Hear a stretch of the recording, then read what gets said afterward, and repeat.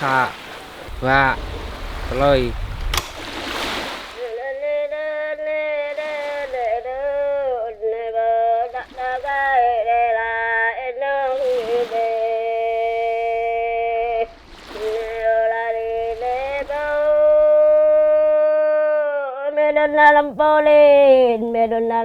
ผมอยากทำงานกับภาษาเรียกภาษากลุ่มชาติพันธุ์โดยเฉพาะภาษาที่เรียกว่าเป็นภาษาวิกฤตคือมีคนพูดเหลือน้อยและมันคือวิถีมันคือวัฒนธรรมที่ส่งต่อกันจากรุ่นสู่รุ่นทั้งหมดทั้งมวลนะครับมันผ่านตัวเนื้อภาษาที่มันออกมา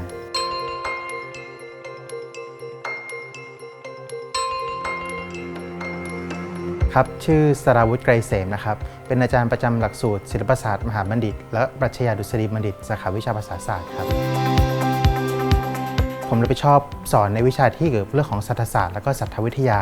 คือเรื่องของเสียงทั้งหมดถ้าเราเรียนภาษาทั่วไปเนี่ยเราจะแค่รู้ว่าเราออกเสียงถูกหรือผิดแต่ในทางภาษาศาสตร์เนี่ยเราจะศึกษาว่าทำไมเราถึงออกเสียงแบบนี้เกิดอะไรขึ้นในอวัยวะในปากของเรามีหน้าที่คือ1ศึกษาเพื่อรู้ศึกษาเพื่อแก้ไขแล้วก็ศึกษาเพื่อพัฒนาให้มันดีขึ้นหลักสูตรของเราเนี่ยก็จะมีหลักๆ2ด้านนะคะก็คือด้านภาษาแล้วก็ด้านวัฒนธรรมในการจัดการเรียนการสอนในสังคมที่มีความหลากหลายทางพหุวัฒนธรรม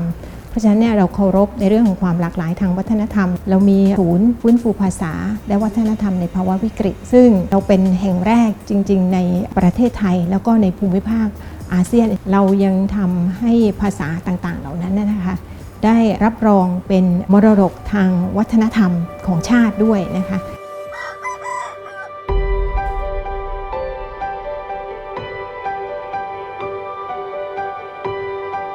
ผมอยากทำงานกับภาษาเรียกภาษากลุ่มชาติพันธุ์โดยเฉพาะภาษาที่เรียกว่าเป็นภาษาวิกฤตผมไปเก็บข้อมูลที่ชุมชนมอร์แกนที่หมู่เกาะสุรินทร์ณเวลานั้นผมรู้สึกว่าถ้าเราไม่ใช่แค่นักวิจัยแต่เราเป็นเหมือนกับเป็นโค้ชที่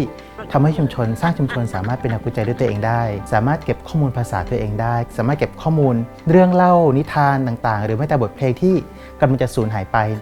ด้วยตัวเองได้มันน่าจะเป็นอะไรที่ยั่งยืนกว่า5 6 7 8 9 10ถ้าเราฟังกดตัวนี้ตัวกลาง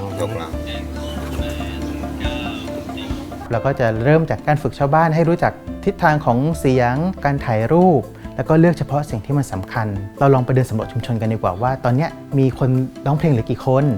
มีใครเล่านิทานได้บ้างตอนแรกเขาไม่คิดว่ามันจะเหลือน้อยแต่พอจริงๆแล้วตัวชุมชนเองเนี่ยกลับพบว่ามันไม่ได้เหลือเยอะเท่าที่เขาคิดเขาเริ่มเกิดความตระหนักว่าเฮ้ยไม่ได้ละมันจะต้องเก็บใช่ถ้าคนแก่รุ่นนี้หายไปเนี่ยมันจะไม่มีอะไรเหลืออะไรในชุมชนนี้เราพยายามสร้างให้เขารู้สึกว่ามันคือสิ่งที่สำคัญนี่แหละมันคือสิ่งที่กำลังจะหายไป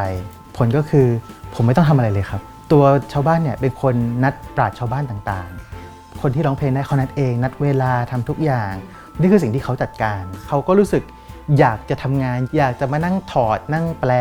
คือจริงๆแล้วการแปลเพลงเนี่ย3 นาทีเนี่ยเราใช้เวลา3 ชั่วโมงในการถอดซึ่งมันเหนื่อยมากแต่เขากลับอยากจะทำเพราะมันคือของเขาเขารู้สึกว่าถ้าเขาไม่ทำก็ไม่มีใครทำและถ้าไม่ทำแล้วลูกหลานเขาล่ะจะทำอย่างไร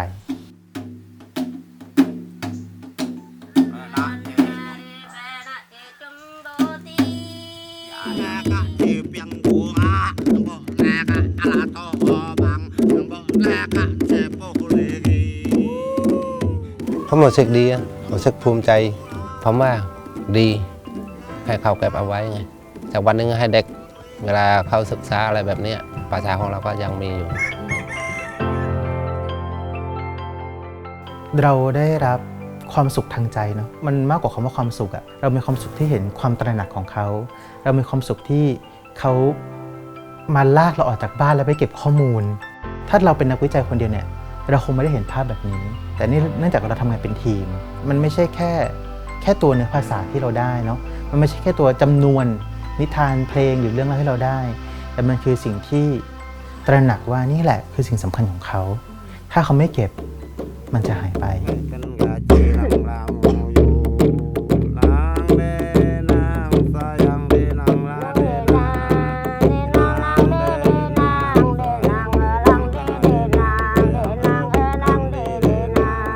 ก็ขอขอบคุณทุกท่านนะคะที่มาช่วยพวกเราเก็บรวบรวมข้อมูลให้พวกเราอะไรอย่างเงี้ยเพราะว่าถ้า รุ่นนี้ไปแล้วก็คือเรายังมีหลักฐานยังมีข้อมูลจากท่านคณะอาจารย์ที่แบบจะคอย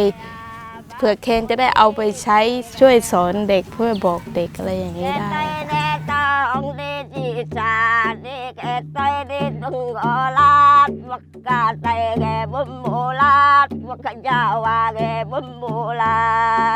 มหาวิทยาลัยมหิดลเนี่ยเรามีปรัชญาว่าความสำเร็จที่แท้จริงคือการนำเอาความรู้ไปประยุกต์ใช้ให้เกิดประโยชน์แก่มวลมนุษยชาตินะคะเราถือว่าภาษาและวัฒนธรรม